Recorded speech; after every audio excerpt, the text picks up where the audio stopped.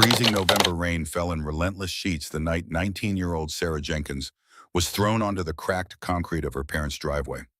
A cheap plastic trash bag containing her entire life slammed into the muddy puddles beside her, her mother's voice cut through the violent storm dripping with venom.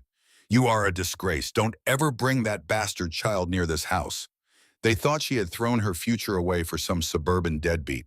They thought her silence was born of shame. What Richard and Martha Jenkins didn't know was that the child growing inside their banished daughter belonged to the most dangerous man on the eastern seaboard. In 2023, over 400,000 Americans were reported missing. 15% were never found. This is not one of those stories. This is the story of a girl who saved a dying stranger in the woods, and how that single act of compassion would pull her into a world where bloodlines meant power, loyalty meant survival, and mercy was a weakness that could get you killed. The Jenkins family resided at 442 Oakwood Drive, the most pristine manicured street in the affluent suburb of Crestwood, Illinois. Every lawn was measured. Every hedge was trimmed to regulation height. Every driveway held a German sedan or American SUV worth more than most families made in a year. Richard Jenkins, the patriarch, was the highly respected principal of Crestwood High and the front-runner for the district superintendent position. The announcement was scheduled for December 15th. He had worked 23 years for that appointment. His entire adult life had been a calculated climb toward that single moment of validation. His wife Martha was the president of the local historical society and a fixture at the country club. She chaired the garden committee. She organized the annual charity gala.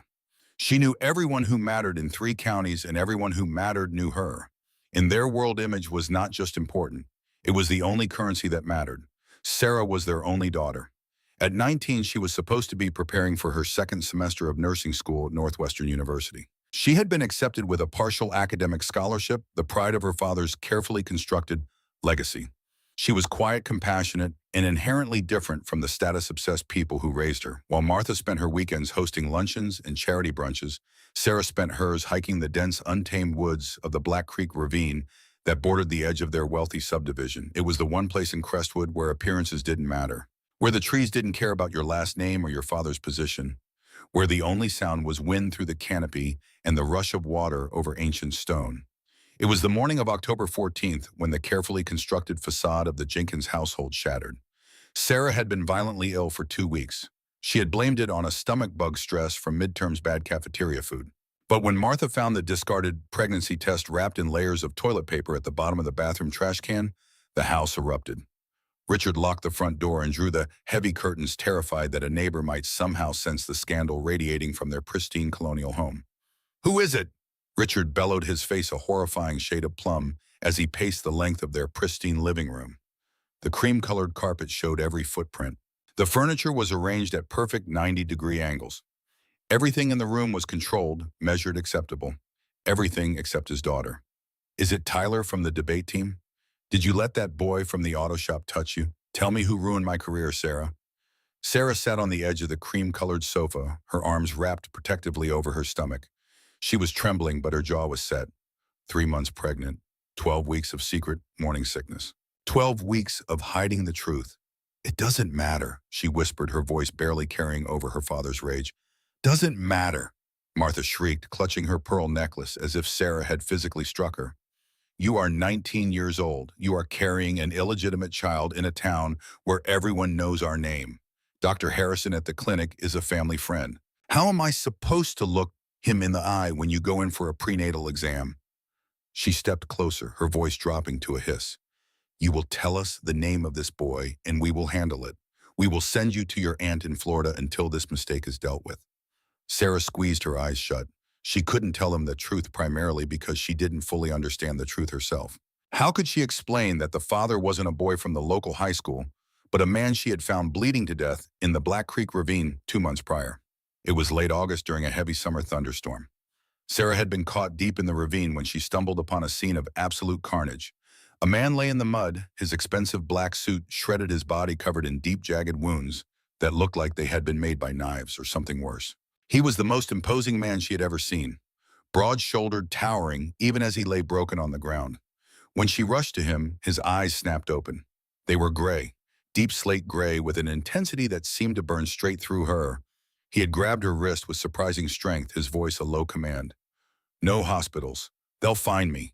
Driven by her nursing student instincts, Sarah had half dragged, half carried the massive stranger to an abandoned hunting cabin her grandfather used to own hidden deep within the trees. For 3 days, she skipped meals and lied to her parents, sneaking out to bring him bandages, water, antibiotics she'd stolen from the university medical supply room. He called himself Dom. He never gave a last name. The most shocking part wasn't his resilience. It was how his horrific wounds seemed to heal at an impossible rate. By the third night, the fever broke. The air in the tiny cabin had grown heavy with an unspoken tension. Dom had looked at her with those piercing gray eyes, not with the gratitude of a patient, but with a fierce intensity that made her breath catch. "You saved my life," he said, his voice rough. "Why?" "Because you were dying," Sarah said simply. "Most people would have called the police. You asked me not to." Something shifted in his expression. He reached out his scarred hand, cupping her face with surprising gentleness. "What's your name, Troro?" "Just Troro." She nodded, not wanting to give more, not wanting to connect her pristine Crestwood life with whatever dangerous world this man inhabited. Dom studied her face like he was memorizing it. Then he pulled her close, and Sarah didn't resist. The kiss was inevitable, electric, like touching a live wire. That night, on the dusty cot of the hunting cabin, she surrendered to something she couldn't name or fight. When she woke the next morning, the cabin was empty. The only proof that Dom hadn't been a fever dream was a heavy silver ring left on the pillow beside her, a band etched with the crest of a wolf howling at a crescent moon, and a note written in harsh, angular handwriting, "You saved a king." Back in the living room, Richard's voice snapped her to the present. "If you do not give me a name this instant, Sarah, you will pack your things." Sarah looked up at her parents. She saw no love in their eyes, only the cold calculation of public relations. She reached into her pocket, her fingers brushing against the cold metal of the silver ring she kept hidden on a chain. "I won't tell you," Sarah said, her voice steadying, "and I'm keeping my baby." The silence that followed was absolute. Richard stared at her, his expression hardening into a mask of pure ice. Then he spoke, and his words landed like a death sentence. "You are no daughter of mine."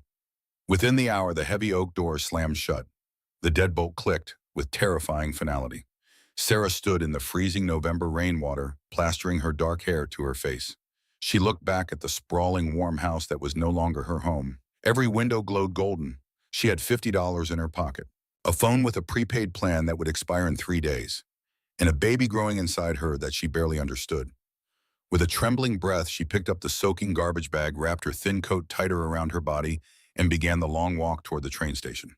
The train ride from Crestwood to Chicago took 90 minutes. Sarah sat in the back of the near-empty car, her garbage bag on the seat beside her, and watched the suburbs blur into industrial zones, then into the sprawling chaos of the South Loop. She had been to Chicago exactly 3 times in her life. She knew nothing about surviving here. The station spat her out onto a rain-slicked street corner at 11 p.m. The November wind cut through her thin coat like a knife. Around her, the city pulsed with noise and light, and the kind of danger that didn't exist in Crestwood.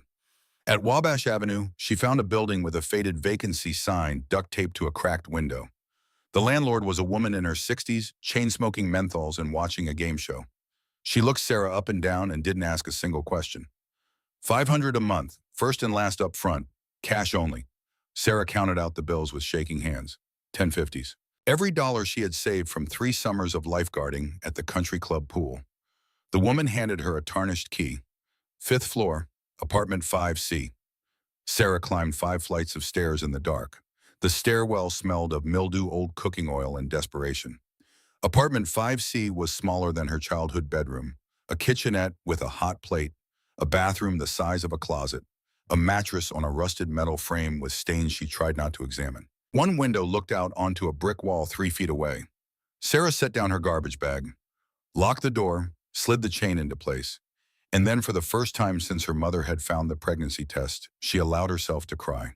She cried until her throat was raw, until her eyes burned, until there was nothing left inside her but a hollow, aching exhaustion. Then she dried her face, pulled out her phone, and searched for jobs. By morning, she had applied to 14 positions. By afternoon, she had one response. The Copper Skillet was a 24-hour diner situated near a transit hub on South State Street. The owner, Brenda Walsh, was a woman in her 50s who had seen every tragedy the city had to offer and had survived them all. When Sarah walked in at 2 p.m. soaking wet from another rainstorm, Brenda was refilling napkin dispensers and smoking a cigarette despite the no smoking sign. "Help you? I applied online for the server position. Brenda finally looked at her, took in the cheap coat, the wet hair, the shadows under the eyes, took in the way Sarah's hand rested protectively over her still flat stomach. You pregnant? Sarah hesitated, then nodded. How far? 3 months. Brenda stubbed out her cigarette and crossed her arms. You got anyone who's going to come in here starting trouble? No. Brenda studied her for a long moment. Then she reached under the counter and pulled out a stained white apron. You drop a plate, it comes out of your pay. You work the graveyard shift, 11 p.m. to 7 a.m. 4 nights a week. Tips are yours. She tossed the apron across the counter. Clock in at 10:45 tonight. Sarah caught the apron, her eyes stinging with sudden gratitude. Thank you. Brenda waved a dismissive hand and lit another cigarette. Don't thank me yet, kid. You'll earn every dollar. Winter in Chicago was a different kind of violence. The wind off Lake Michigan cut through the South Loop like a blade. Sarah's thin coat was no match for the January cold, but she walked to work anyway. 4 nights a week, 11 p.m. to 7 a.m. because the bus cost $2 each way, and those $4 could buy a carton of eggs. By February, she was 5 months pregnant. The curve of her stomach was undeniable now, visible even beneath the oversized uniform shirt Brenda had quietly left in her locker. The pregnancy was unlike anything the prenatal books described. She was ravenously hungry all the time, not for sweets or pickles, but for meat. Rare steaks, burgers dripping with blood, protein in quantities that seemed impossible. She ran hot, a constant low-grade fever that the free clinic doctor dismissed as stress. She would sleep without blankets even as December frost crept across the glass, and her senses sharpened. She could hear conversations 3 apartments down, could smell the ozone in the air minutes before a snowstorm rolled in from the lake. She assumed it was exhaustion. Hormones. The body's strange response to stress and poverty. She didn't know that human bodies were not designed to carry what was growing inside her. March brought the first warm days. Sarah was 6 months pregnant now, visibly so. One night during the dead hours between 3 and 5 a.m., Brenda sat down across from her in a back booth. You got a plan? Brenda asked, lighting a cigarette. For when the baby comes? Sarah wrapped her hands around a warm mug. I've saved $800. I've been looking at used cribs online. There's a women's shelter that gives out free diapers once a month. What about the father? Sarah's jaw tightened. He's not in the picture. Brenda was quiet for a long moment. Then she stubbed out her cigarette and stood. You go into labor on my shift. I'm driving you to the hospital myself. And you come back here. After you hear me, I'll hold your job. Sarah's throat constricted. Why are you helping me? Brenda looked at her like the question was stupid. Because somebody should have helped me when I was 19 and pregnant and alone in this city. But nobody did. So I'm helping you. That night, for the first time in months, Sarah felt something other than fear. April brought unseasonable warmth. Sarah was 7 months pregnant, her feet swelling during the shifts, her back aching constantly. She moved slower, more carefully, one hand always resting on her stomach where the baby kicked with aggressive energy. Late one night during her break, Sarah sat in the back alley on an overturned milk crate. The baby kicked hard against her palm. Who are you? She whispered. She thought about Dom, about the man she had found dying in the Black Creek ravine. She had spent months trying to convince herself he had been real. But the ring was real. She wore it on a chain around her neck, hidden beneath her shirt. Heavy silver etched with a wolf and crescent moon. Sometimes she would pull out her phone and search for him. Dominic and New York and businessman. Pages of results that led nowhere. She touched the ring through her shirt. Your father saved my life, she said quietly to her stomach. I saved his first, but he saved mine too. The first week of May brought unseasonable heat. Sarah was 8 months pregnant, enormously uncomfortably pregnant. On May 14th, a freak spring thunderstorm rolled in off the lake. Sarah was halfway through her shift when she felt the first contraction. 20 minutes later, her water broke. It happened in the middle of the diner, a sudden warm gush that soaked through her jeans. Sarah stood frozen, staring down at the puddle spreading beneath her feet. Brenda appeared within seconds. Marcus closed the kitchen. Everyone out. Brenda's car was a 20-year-old Lincoln with a cracked windshield. She practically carried Sarah to it, easing her into the passenger seat while the rain hammered down. How far apart are the contractions? I don't know, Sarah gasped. 10 minutes, where you... Brenda drove like she was being chased, running red lights, laying on the horn. The 3 miles to Chicago Mercy Hospital took 8 minutes. Within seconds, nurses appeared with a wheelchair, rushing Sarah through automatic doors into the fluorescent brightness of the ER. The delivery room was cold and too bright. A doctor appeared, Dr. Gallagher, young with kind eyes and a tired face. Sarah, I'm going to check your dilation.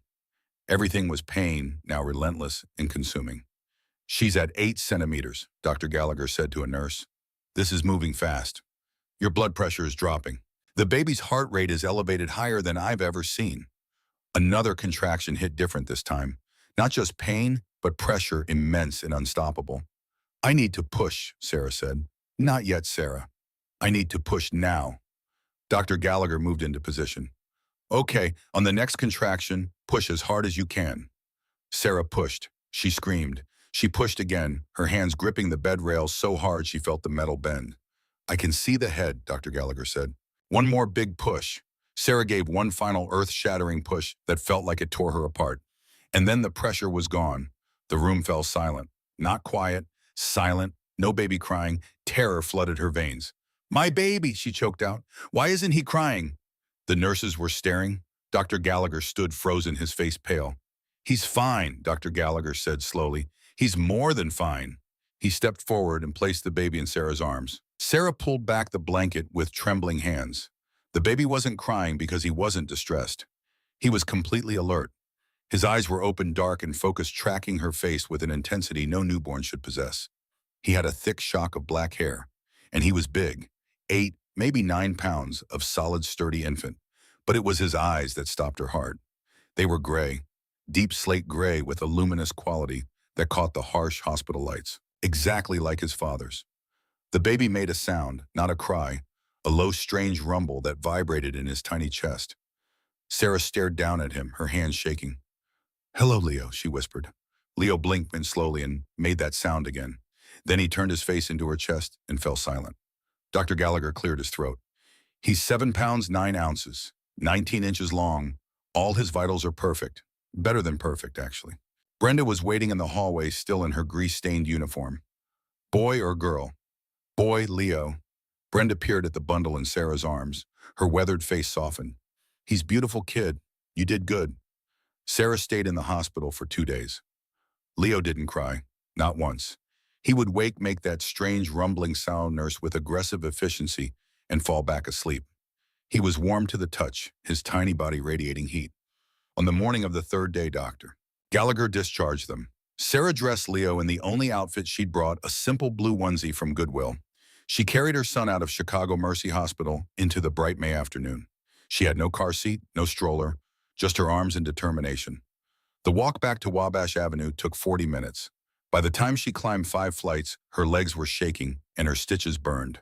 But she made it. She unlocked the door to 5C and stepped into her small sanctuary. She laid Leo in the used bassinet she'd set up, the one with the wobbly legs stabilized with folded cardboard. It's just you and me, Sarah whispered, but we're going to be okay.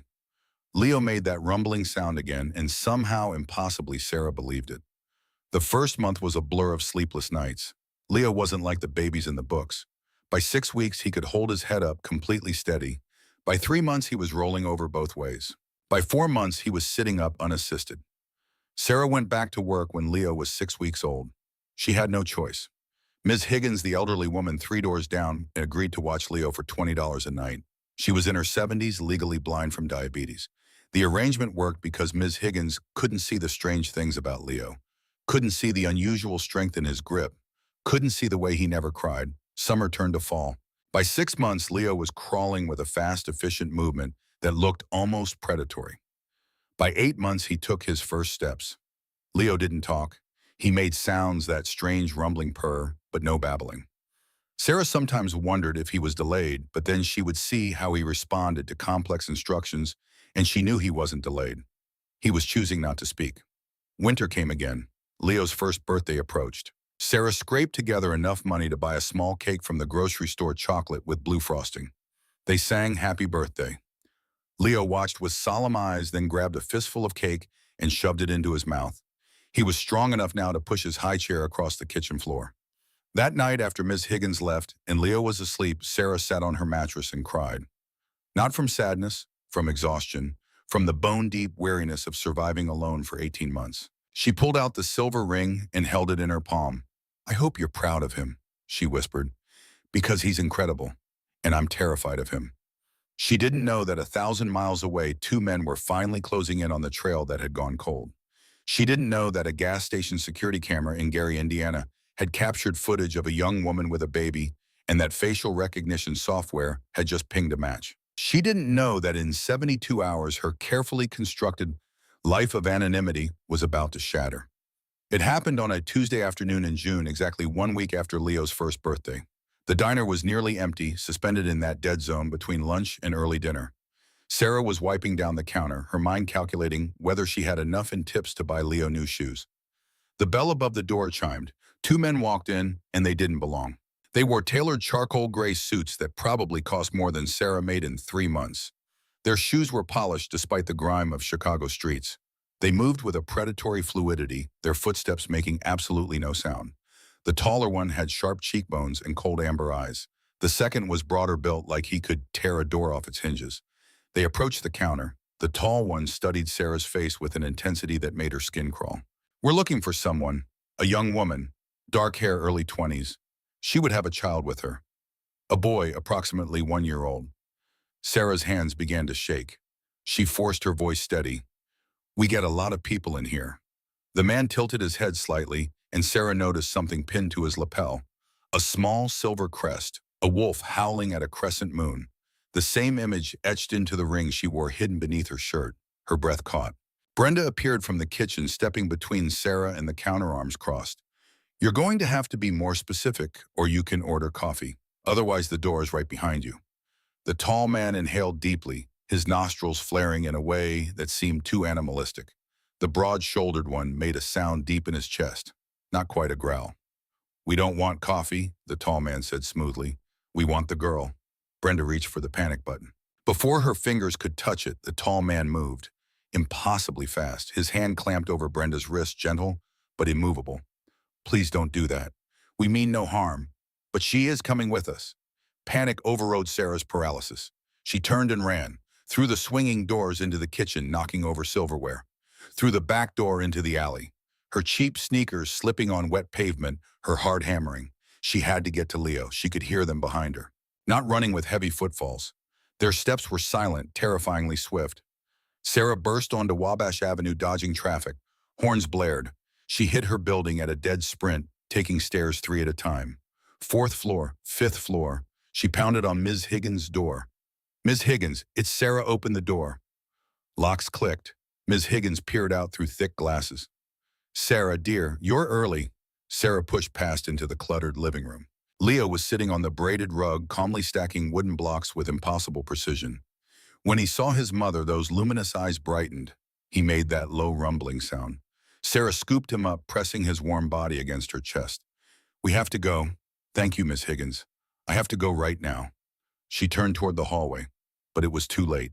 They were standing in the doorway, both of them, filling the narrow frame. They didn't look winded. They looked perfectly calm. Miss Higgins smiled her vague smile. "Oh, you have guests, Sarah. What polite young men." The tall man took one slow step into the apartment, hands raised in a gesture of peace.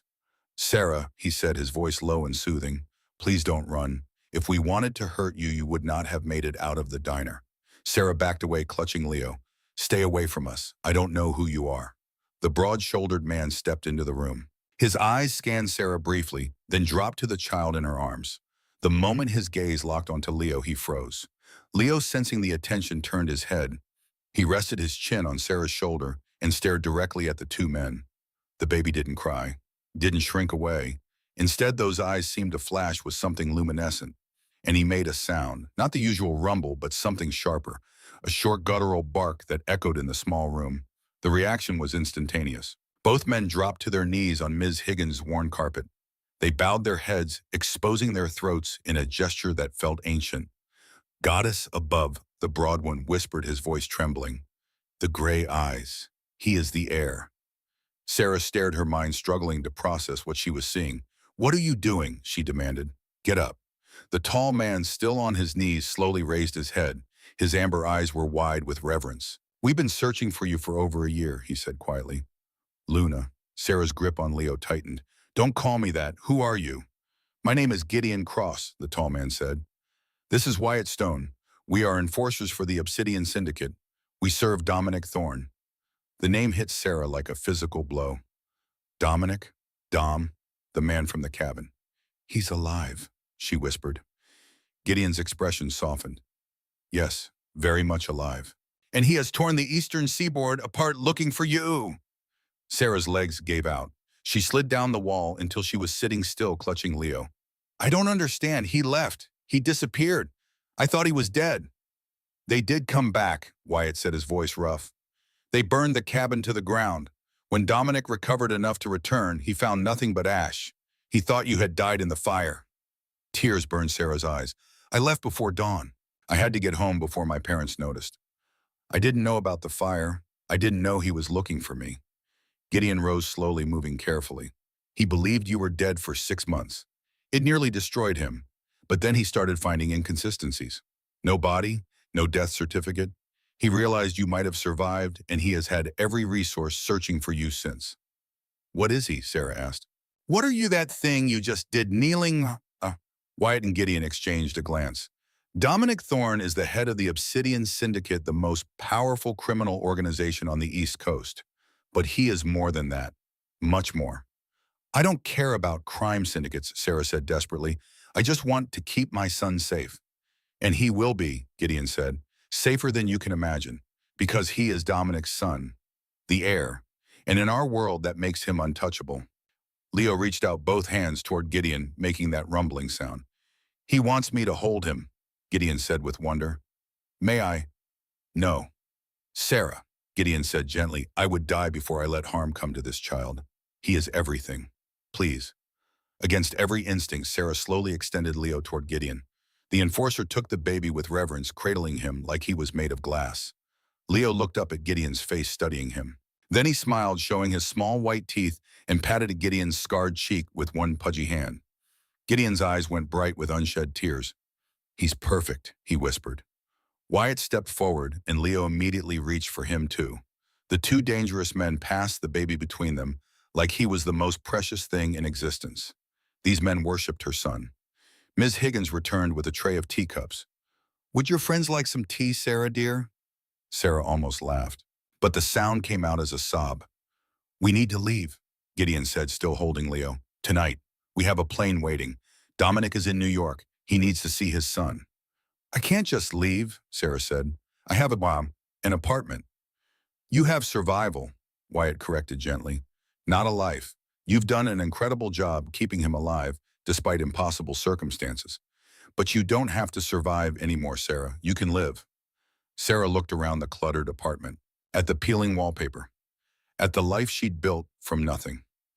Then she looked at Leo, content in a stranger's arms, and thought about the exhaustion that never went away, the fear that never stopped. If I come with you, she said slowly, what happens to me? You are the mother of the heir, Gideon said. That makes you second only to Dominic himself. No one will harm you, no one will disrespect you. And if I want to leave, Gideon hesitated, then honestly, I don't know. That would be Dominic's decision. But I know he searched for you for 15 months. I know he never stopped believing you were alive. It wasn't a promise of freedom, but it was honest. Sarah stood on shaking legs. I need to pack. 20 minutes. She walked to her own apartment, unlocked the door, stepped into the space that had been her entire world. She packed mechanically, clothes, voice, medical records, the silver ring which she transferred to her pocket. She looked around the tiny studio one last time, at the bassinet with the wobbly leg, at the stained mattress, at the hot plate where she'd cooked 1,000 desperate meals. She wasn't sad to leave it. She was terrified of what came next. 20 minutes later, Gideon and Wyatt had procured black duffel bags and efficiently packed her belongings, while Wyatt held Leo, who had fallen asleep against his shoulder. I need to tell Brenda, Sarah said. We'll handle it, Gideon said. We'll make sure she knows you're safe, and we'll compensate her generously. Sarah turned to Ms. Higgins. I have to go away for a while. Thank you for taking care of Leo. The elderly woman smiled warmly. Such a sweet boy. You take care, dear. And just like that, Sarah Jenkins walked out of her apartment building for the last time. The SUV waiting was exactly what Sarah expected.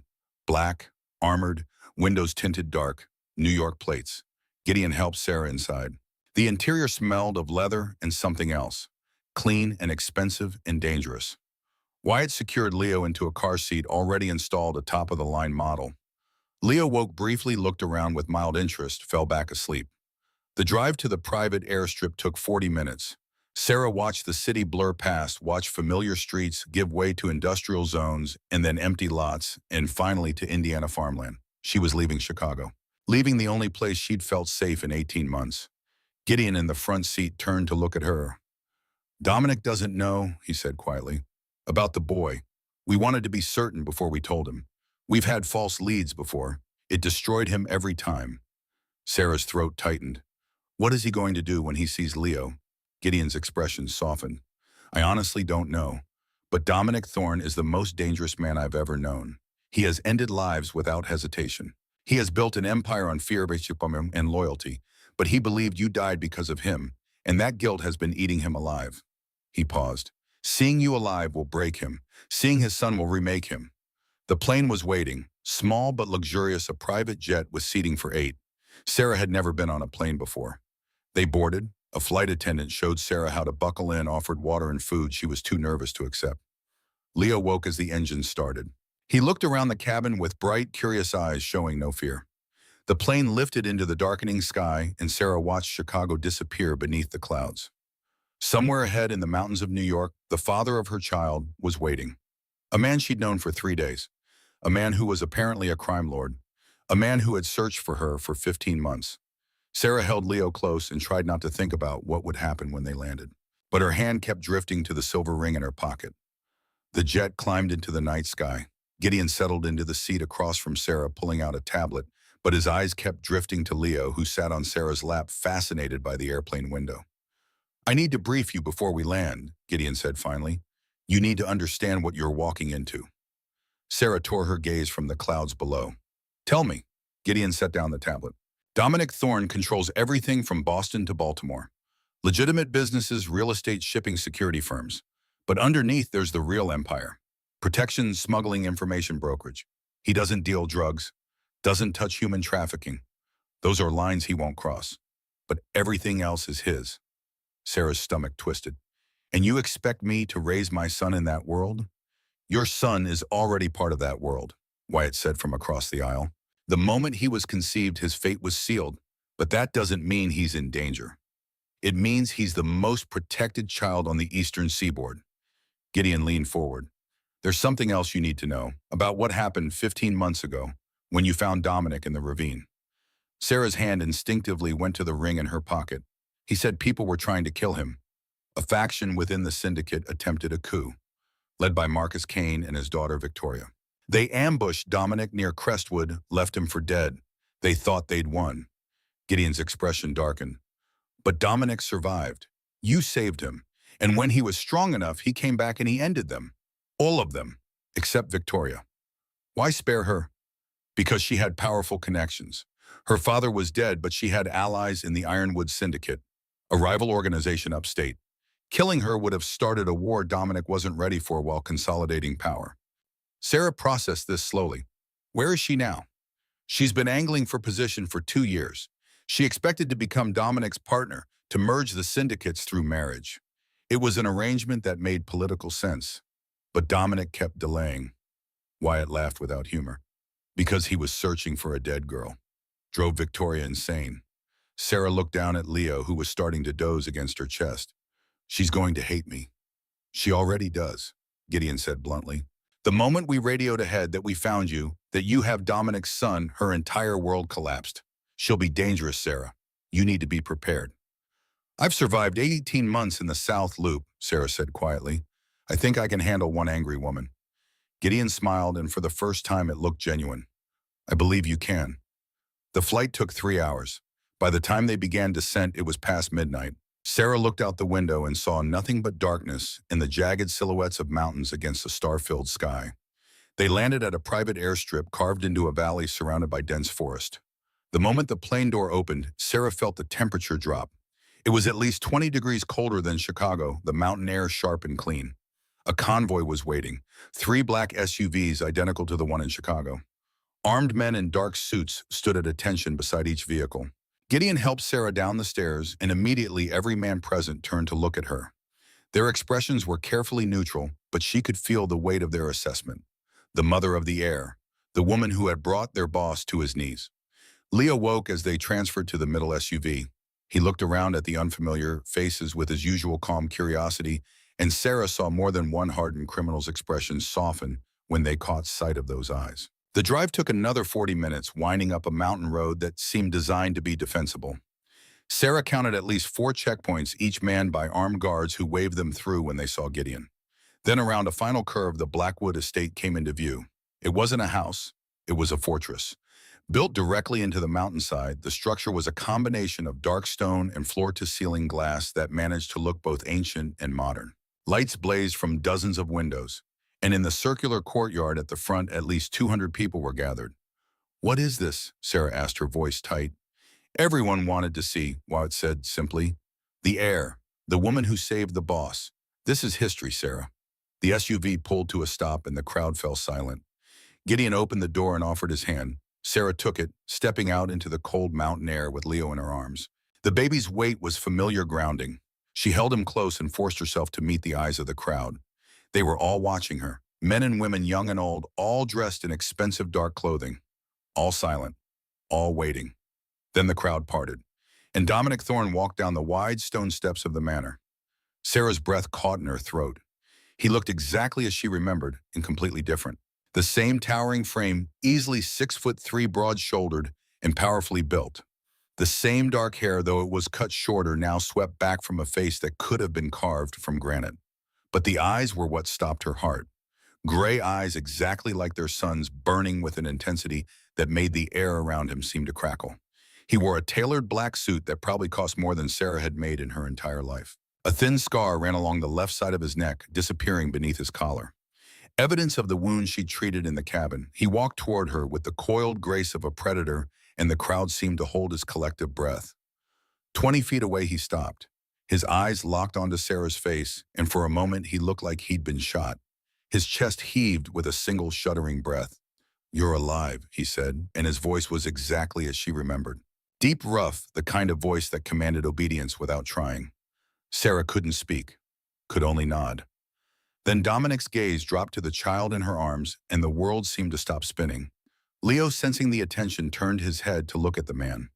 Father and son stared at each other, gray eyes, meeting gray eyes, and something passed between them that Sarah couldn't name. Dominic took a step forward, then another, moving slowly like he was approaching something sacred.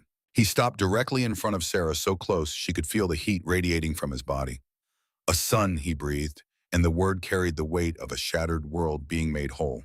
Carefully, reverently, he reached out with one scarred hand and touched Leo's cheek with his knuckles. Leo didn't pull away. He stared at Dominic, then reached out one small hand and grabbed Dominic's finger with surprising strength. The most dangerous man on the eastern seaboard visibly trembled. Then slowly he dropped to one knee on the cold stone courtyard, bringing himself to eye level with his son. "Hello, Leo," he whispered.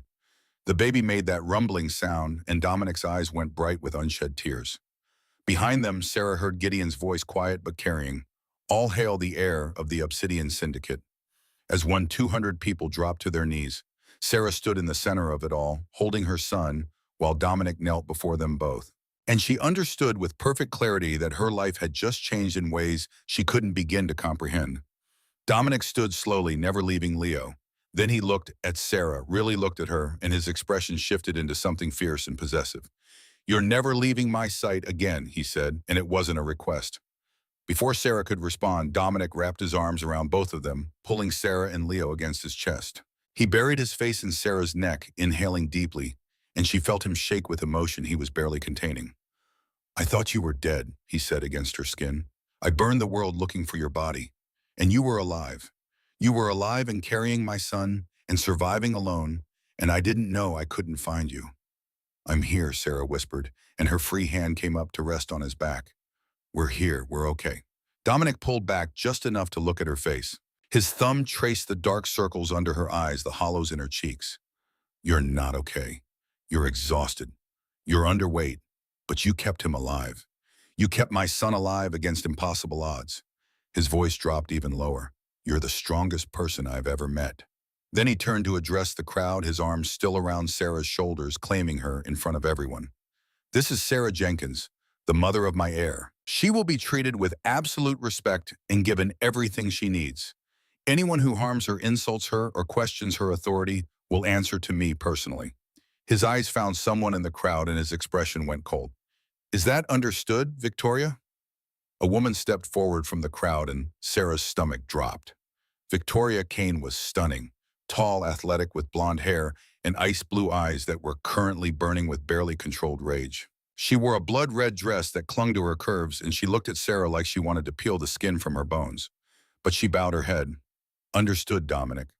Address her correctly, Dominic said, his voice dropping into something dangerous.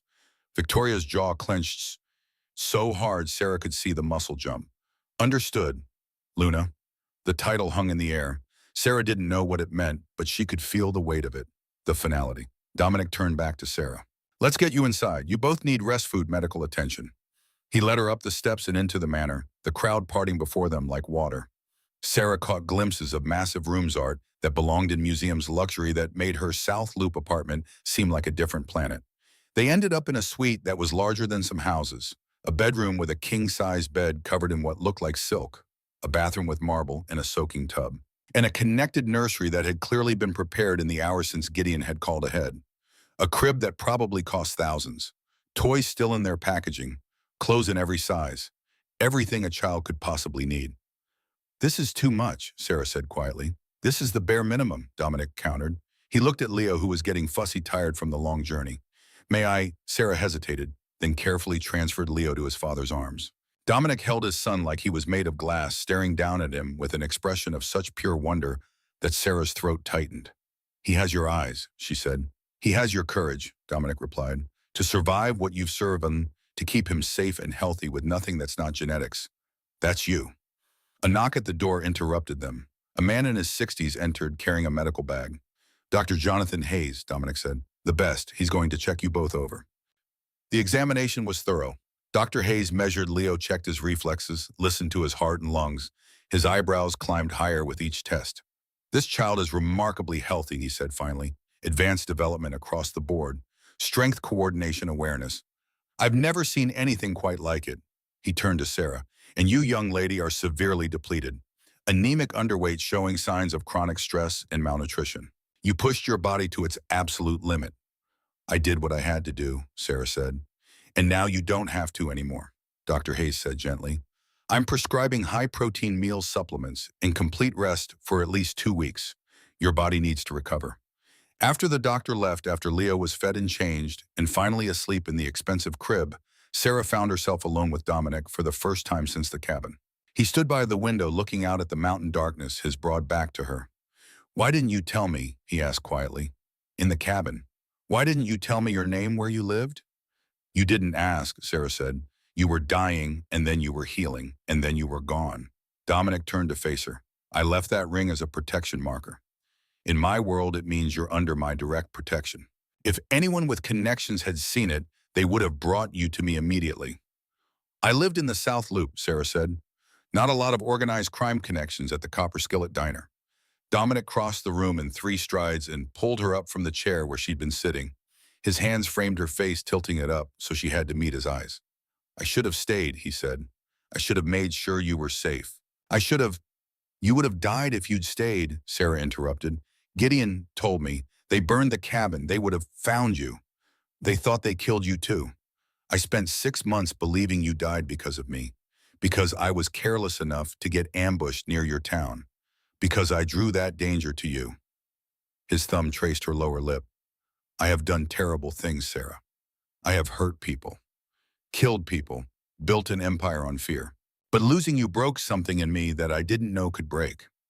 Sarah's hands came up to rest on his chest, feeling his heart hammer beneath her palms. What happens now? Now you rest, you recover, you let me take care of you and our son, and when you're ready, we figure out what comes next. What if I want to leave? Dominic's expression went very still. Do you? Sarah thought about the studio apartment, the graveyard shifts, the constant fear of one bad month destroying everything. Then she thought about Leo asleep in a crib that cost more than she'd made in a year, protected by 200 people who would die for him. I don't know, she said honestly. I don't know anything anymore. Then stay until you do know, Dominic said. Stay and let me prove that I can give you both the life you deserve. Before Sarah could respond, her exhausted body made the decision for her. She swayed on her feet, and Dominic caught her, lifting her effortlessly into his arms. He carried her to the enormous bed and laid her down on silk sheets that felt like clouds. Sarah tried to protest to say she needed to stay near Leo, but Dominic was already setting up a baby monitor, angling it so she could see the nursery from the bed. "Sleep," he commanded. "I'll watch over you both." And Sarah, too tired to argue, too overwhelmed to think, finally let herself surrender to the exhaustion that had been building for 18 months. She slept for 14 hours straight. 3 weeks passed in a blur of adjustment. Sarah's body slowly recovered under Dr. Hayes' strict regimen. The dark circles faded from under her eyes. Color returned to her cheeks. The constant exhaustion finally began to lift. She learned the rhythms of the manor, met the key players in Dominic's organization, and slowly began to understand the world she'd fallen into. Gideon became a constant presence, professional, but kind, always ready to explain the politics she didn't understand. Wyatt appointed himself Leo's personal guardian and could often be found on the floor of the nursery, letting the toddler stack blocks on his head while maintaining the stone-faced expression of a trained killer. Victoria kept her distance, but Sarah could feel her hatred like a physical presence whenever they were in the same room. At formal dinners, the blonde woman would sit at the far end of the table, her ice-blue eyes tracking Sarah's every movement with barely concealed venom. And Dominic was everywhere and nowhere, running his empire, making decisions that affected thousands of people, but always back by evening to have dinner with Sarah and Leo, watching his son with an intensity that bordered on obsession. One night, Sarah woke to find Leo's crib empty. Panic shot through her until she saw the light from the sitting room. She found Dominic in an armchair, Leo asleep against his chest, both of them peaceful in the dim lamplight. "He had a nightmare," Dominic said softly. "First time I've seen him actually cry." Sarah sat on the arm of the chair. "He doesn't cry much, never has." "He's not like other children," Dominic said, and there was no question in his voice. "You've noticed." "Of course I've noticed. He's my son." Dominic stood, cradling Leo carefully, and crossed to where Sarah sat. He leaned down and kissed her forehead, soft and reverent. "Thank you," he whispered, "for saving me, for surviving, for giving me a son." Sarah reached up and cupped his scarred cheek. "What are we, Dominic? What is this?" "I don't know yet," he said honestly. "But I know I'm not letting you go. I know I'll protect you both with everything I have. And I know that you changed my entire world the night you found me in those woods." The next morning, Dominic announced that there would be a formal banquet to officially introduce the heir to the territory's elite. Sarah's stomach twisted with anxiety, but she nodded. "When?" "Friday night, 3 days from now." Sarah spent those 3 days being fitted for gowns by a team of stylists who descended on the manor like a particularly aggressive flock of birds. They measured, pinned, adjusted, and finally presented her with a midnight blue silk gown that pooled around her feet like liquid water. "You look like a queen," Dominic said when he saw her the night of the banquet. "I look like I'm playing dress-up," Sarah countered, but she couldn't deny the woman in the mirror looked nothing like the waitress from the copper skillet. The great hall of Blackwood Manor had been transformed. Crystal chandeliers cast warm golden light over tables draped in black silk, loaded with roasted game-aged wines and imported delicacies. 300 guests filled the room, the alphas and elite of the Northern Territories. Sarah entered on Dominic's arm with Leota in her other arm, dressed in a tiny black suit that made him look absurdly formal. The baby, as usual, was completely calm, his luminous eyes taking in the crowd with interest rather than fear. The dinner proceeded with tense formality. Sarah was seated at the head table, flanked by Dominic and Gideon. Across the room, at a table reserved for high-ranking members, sat Victoria Kane. The blondie woman had a tight, polite smile plastered on her face, but she hadn't taken her eyes off Sarah all evening. As the dessert course was being cleared, the sabotage began. A young server, his eyes darting nervously toward Victoria's table, approached the head table carrying a heavy silver tray of crystal water goblets. As he stepped behind Sarah's chair, his foot caught on the edge of the heavy rug. He stumbled forward. The tray tilted. 3 heavy crystal glasses filled with freezing water and jagged ice hurtled directly toward Sarah's back, and Sarah was currently holding Leo against her chest. But before the water could make contact, before even Dominic or Gideon could react, something impossible happened. Leo, who had been quietly chewing on a silver spoon, suddenly sat bolt upright on Sarah's lap. The toddler let out a sound, not a cry, not a growl, but a sharp, concussive bark that vibrated with pure, undiluted command. Simultaneously, an invisible kinetic shockwave exploded from the 1-year-old boy. The heavy crystal goblets froze in midair for a fraction of a second before violently shattering backward.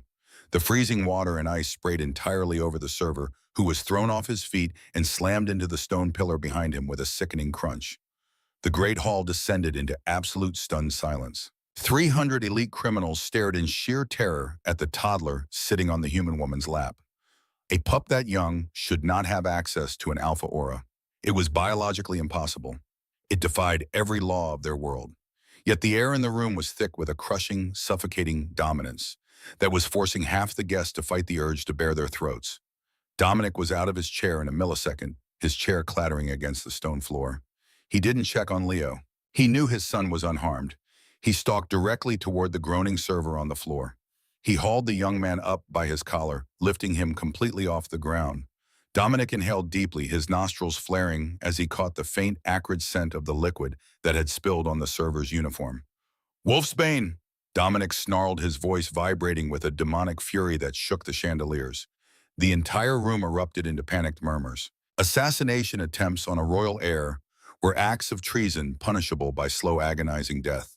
"Who gave you the order?" Dominic demanded, his claws extending, piercing the server's uniform and drawing blood. The server, terrified and weeping frantically, looked across the room, his eyes locked directly onto Victoria Sterling. Victoria's face drained of all color. She stood up, her chair scraping loudly. "Alpha, I swear to you, I have no idea." "Silence," Dominic roared. He dropped the server into the hands of Wyatt, who had materialized beside him. The king turned his lethal gaze toward Victoria. Sarah held Leo tightly, her heart hammering against her ribs. She looked at her son, whose eyes were still glowing faintly, completely unfazed by the case he had just caused. She realized then that she wasn't just raising a child.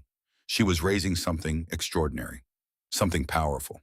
And as Dominic signaled his enforcers to surround Victoria's table, Sarah knew that the quiet, hidden life she had fought so hard to build was over. Sarah stood up, the midnight blue silk pooling around her, and placed a calming hand on Dominic's heavily muscled arm. "Do not kill her here, Dominic," Sarah said, her voice remarkably steady, carrying across the silent, breathless hall. "It makes you look like a tyrant. Send her back to her father in disgrace. Let the Ironwood pack deal with their own trash." The room stared at the human Luna in shock. She had just issued a political decree overriding the Alpha's bloodlust with cold, calculated strategy. Dominic looked down at his mate, the feral rage in his eyes slowly receding, replaced by a profound, burning pride. He turned back to the trembling blonde woman. "You heard your queen," Dominic decreed coldly. "Get out of my sight." Victoria's ice-blue eyes flashed with hatred, but she bowed her head and allowed herself to be escorted from the hall by 4 heavily armed enforcers. The expulsion of Victoria Kane from the Obsidian Court sent shockwaves through the northern territories. By dawn, the Ironwood convoy had retreated back upstate. But Victoria Kane was not a woman who accepted defeat gracefully. It took Victoria's private investigators less than 48 hours to trace Sarah back to 442 Oakwood Drive in Crestwood, Illinois. Richard and Martha Jenkins had spent 2 years bearing the scandal of their daughter's pregnancy. Richard had secured his superintendent position. Martha's country club standing was absolute. When Victoria stepped out of a sleek limousine and into their pristine living room 3 days after the banquet, she spun a masterful web of lies that played directly to their greed. "Your daughter has entangled herself with a dangerous syndicate in New York," Victoria lied smoothly, sipping from a porcelain teacup. "The man she is with, Dominic Thorne, is a billionaire with unsavory connections. She used her child to trap him. I represent legitimate partners who wish to see her removed before she causes a massive public scandal, one that would drag your family name through the mud." Martha gasped, clutching her pearls. "I knew she would ruin us." "There is a solution," Victoria continued, placing a thick envelope on the glass table. "Dominic is hosting a highly publicized charity gala at the Pierre Hotel in Manhattan this Friday. If you were to show up publicly, confront her, and threaten to seek emergency custody of the child, it would shatter her fabricated image. Dominic despises public embarrassment. He would cast her out instantly." She paused for effect. "In exchange, my associates will offer a $5 million donation to a charity of your choosing." Richard stared at the envelope. $5 million. They didn't care about Sarah or the grandchild they had never met. They only saw profit. "We will be there," Richard agreed, his voice hard. Friday night in Manhattan was a spectacle of wealth and power. The grand ballroom of the Pierre Hotel glowed under crystal chandeliers. Human billionaires mingled while the room was secured by Dominic's elite forces in expensive suits. Sarah stood near the grand staircase, radiating quiet confidence in a stunning emerald green gown, a priceless diamond pendant resting against her collarbone. She was no longer a terrified teenager. She had spent the last month mastering pack politics and syndicate history. She was evolving into a queen. Dominic stood faithfully by her side in a bespoke midnight blue tuxedo, his hand resting possessively on her lower back. "You are commanding this room," he murmured. "Even the human senators are terrified of you." The peace shattered at exactly 10 p.m. The heavy doors swung open and Richard and Martha Jenkins marched in, looking wildly out of place in their Crestwood Country Club finest. Sarah's breath hitched as she saw the two people who had thrown her into the freezing rain. Emboldened by the promise of $5 million, Richard shoved past a Wall Street executive. "Sarah," he barked, his voice silencing the string quartet. "What is the meaning of this? You vanish for 2 years and we find out you are playing dress up with a child you can't even afford to feed." The human guests looked confused, but every syndicate member in the ballroom, over 100 apex predators, went rigid at the profound disrespect shown to their Luna. Dominic stepped in front of Sarah, his eyes locking onto Richard. The human stumbled backward, hit by an invisible wall of dominant energy. "You have exactly 3 seconds to step away from my mate," Dominic growled, "before I tear your throat out in front of these cameras." "She is my daughter," Richard stammered, terrified but greedy. "We are filing for emergency custody tomorrow. You think you can just buy her, Mr. Blackwood?" Before Richard could finish, Sarah stepped out from behind Dominic. She did not shrink. She looked at the man who had condemned her and felt only pity. "You don't care about my son," Sarah's voice echoed clearly, holding the undeniable authority she had learned.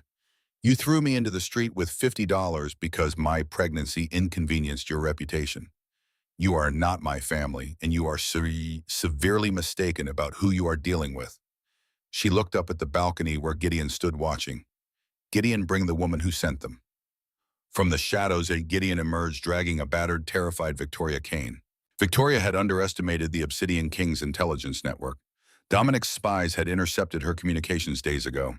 Gideon threw Victoria onto the marble floor at Dominic's feet. "Treason," Dominic decreed, his voice like a gavel. "You conspired to threaten the Luna and the Crown Prince. The Ironwood Treaty is dissolved. You are stripped of your title and will spend the rest of your life in the Obsidian dungeons." As enforcers dragged the screaming Victoria away, Richard and Martha stood frozen in absolute terror. They had walked into a world of monsters. Dominic turned his lethal gaze back to Sarah's parents, his claws subtly extending. "You have threatened the mother of the heir. In my world, the penalty is death." Martha shrieked, falling to her knees while Richard raised trembling hands. "Please, we were lied to." Dominic stepped forward, ready to strike, but Sarah gently grabbed his wrist. She saw her parents for what they truly were, small and insignificant. "No, Dominic," Sarah said softly. "They aren't worth the blood on your hands." She turned back to them, her eyes cold. "You wanted your $5 million. You'll leave here with nothing. Go back to Crestwood. If you ever say my name again or take one step toward my son, I won't stop him from ripping you apart. Get out." The sheer dominance in her voice sent Richard and Martha scrambling backward, fleeing the ballroom in utter disgrace. The heavy doors clicked shut. In unison, over 100 elite criminals and billionaires dropped to one knee, bowing their heads in profound reverence. They were not bowing to Dominic. They were bowing to Sarah. She had proven her strength, her mercy, and her absolute fitness to rule. Dominic cupped her face in his scarred hands, his eyes glowing with endless devotion. "My beautiful, terrifying queen," he whispered. "The entire world bows to you, but I am yours completely and forever." Sarah smiled, wrapping her arms around the massive Alpha King. She had weathered the storm, fought through the darkness, and finally claimed her rightful place. 6 months later, Sarah stood on the balcony of Blackwood Manor, watching Leo play in the courtyard below. At 18 months old, he was running with startling speed, chasing Wyatt around the fountain, while the massive enforcer pretended he couldn't catch the toddler. Her body had fully recovered. She had gained healthy weight, her skin glowed, and the constant exhaustion that had defined her existence for so long had finally faded. She had also begun learning the family business. Dominic included her in meetings, taught her to read financial reports, explained the delicate balance of power that kept their empire stable. She discovered she had a talent for negotiation, for reading people, for knowing when to push and when to show mercy. The syndicate members who had initially doubted her now sought her counsel. She had proven herself not just as the mother of the heir, but as a leader in her own right. Dominic joined her on the balcony, wrapping his arms around her waist from behind, resting his chin on her shoulder. "What are you thinking about?" "How far we've come," Sarah said. 18 months ago, I was sleeping on a stained mattress in a studio apartment, terrified every single day. Now I'm here. You were always meant to be here, Dominic said. You just didn't know it yet. Sarah turned in his arms to face him. I love you, she said. The words came easily now, though it had taken her months to say them the first time. I love you, and I love the life we've built. Dominic's expression softened in a way it only did for her and Leo. I love you, Sarah Jenkins. From the moment you found me bleeding in that ravine, my life became yours. He kissed her slow and deep, and Sarah melted into it. When they finally broke apart, she looked down at the courtyard where Leo had tackled Wyatt and was now sitting triumphantly on the enforcer's chest, giggling with pure joy. He's going to be extraordinary, Sarah said. He already is, Dominic replied. He has your compassion and my strength. He'll be a better leader than I ever was. Than we ever were, Sarah corrected. We're doing this together. Together, Dominic agreed.